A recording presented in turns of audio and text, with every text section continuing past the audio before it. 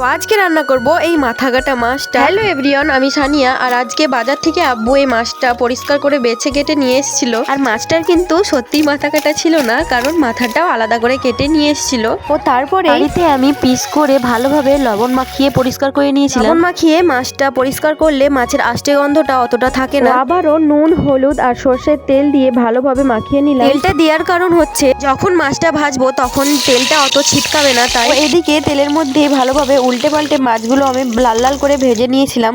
ওই একটা পাত্রে তুলে নিয়ে ওই তেলেই নুন ও হলুদ দিয়ে আলুগুলো আমি ভেজে নিয়েছিলাম।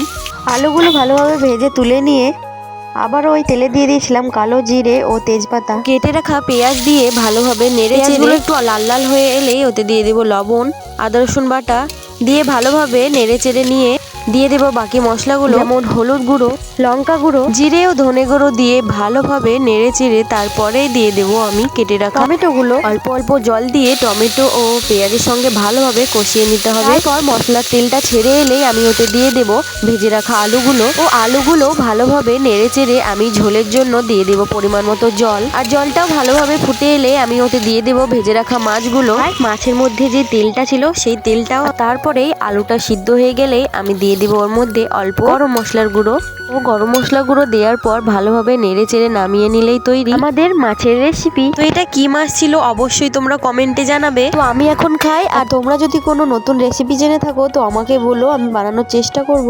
আর প্লিজ আমার চ্যানেলটাকে সাবস্ক্রাইব করে আমার পাশে থেকো। তো আজকের মতো এখানেই শেষ, দেখা হচ্ছে পরের মিনি ব্লগে। বাই।